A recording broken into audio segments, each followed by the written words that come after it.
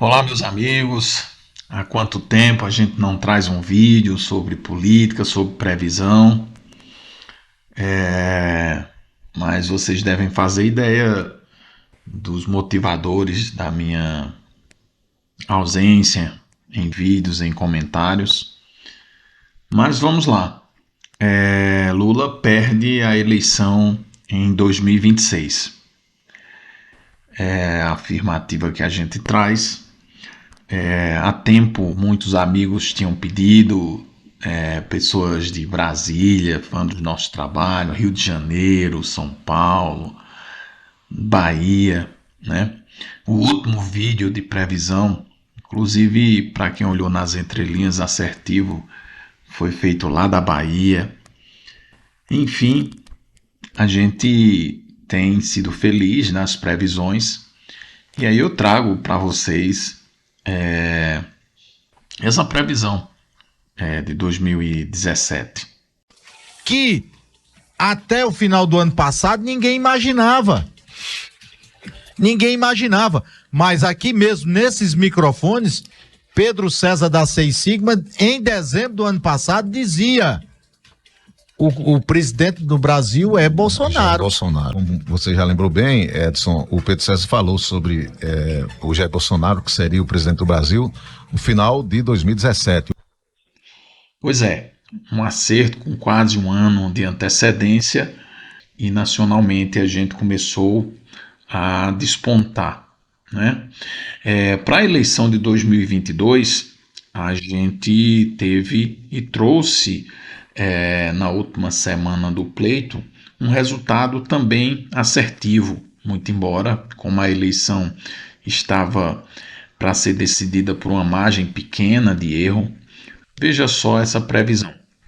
Que tinha no dia 13 menos 1,4 milhões de votos em relação a Lula. No dia 20, há quase uma semana, 0,3 à frente do Lula. E hoje apresenta 1,6 milhões de votos à frente do Lula na chegada de votos no domingo. E, professor, essa eleição está decidida já? O senhor garantiria isso? Não. Nosso modelo apresenta um erro médio de 1,7%, o que daria em votos absolutos 2,6 milhões de votos aproximado. Então, essa quantidade de voto poderia fazer a diferença para Lula. Claro que muitas das pessoas vão desacreditar, aquelas pessoas que não entendem, aquelas pessoas que leem ciência muito pelo lado político partidário, né? Mas falando propriamente dessas duas previsões, uma se baseou em variáveis que têm uma constância maior ao longo de um tempo, né? São variáveis mais consistentes dentro de uma análise longitudinal. E a segunda, né, já de 2022, foi a análise baseada em modelos que representam pesquisa, né? E como todos sabem, pesquisa é um retrato do momento, então os modelos estão condicionados àquelas percepções do momento. Mas o modelo que a gente vai trazer aí, e a gente vai explicar para justificar a nossa afirmativa, são modelos muito próximos do que a gente previu o resultado de 2018 ainda em 2017. Então vamos lá. Eu trago aí inicialmente uma curva de um indicador que eu chamo indicador de reeleição construído.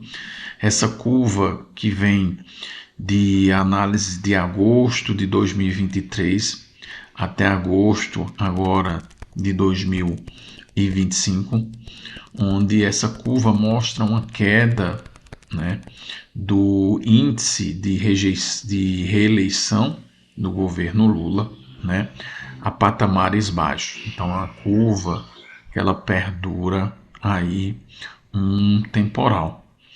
E aí a gente tem que, dentro de uns parâmetros normais de postura de governo, se buscar uma curva reversa nesse sentido para que pudesse atingir o pico lá do indicador de reeleição em 1.333 pontos, a gente tem aí esses dados onde a gente mostra um modelo de estimativa, né?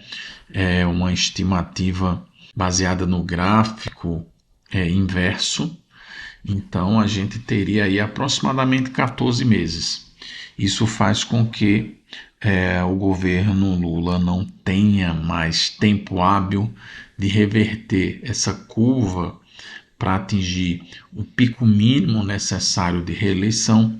Sendo assim, não há tempo hábil de Lula reverter o resultado eleitoral que se desenha. A gente tem aí essa figura mostrando justamente o que seria necessário dentro de um crescimento exponencial desse período, junho, julho, agosto, até tentar mudar essa curva. Então ele precisaria de pelo menos 14 meses, isso dentro de muitas ações assertivas de governo. Esse é o grande problema para um governo que vem errando aí nos últimos 2 anos em relação a vários aspectos. Se a gente olhar para cada região do país, a gente tem a região Nordeste, é uma região sempre favorável ao candidato Lula, é uma região que já tem o parâmetro de reeleição. Então é provável que nessa região ele ainda tenha força de vencer, mas as outras regiões, como Norte, Centro-Oeste, Sudeste e Sul, ele terá que, nesse próximo ano, tentar remar.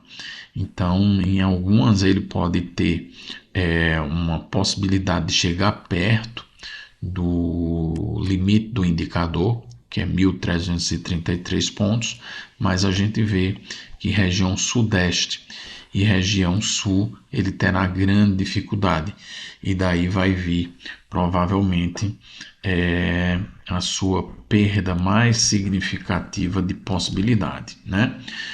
E aí eu trago um modelo que eu chamo qualitativo, né? Que eu já trouxe em algum vídeo, onde nós colocamos pesos dentro de atitudes qualitativas, né? Ou variáveis definidas a priori. Então, se a gente pegar o score de Lula, nós vamos ter aí todas as variáveis com pesos estabelecidos, são pesos negativos dentro desse score.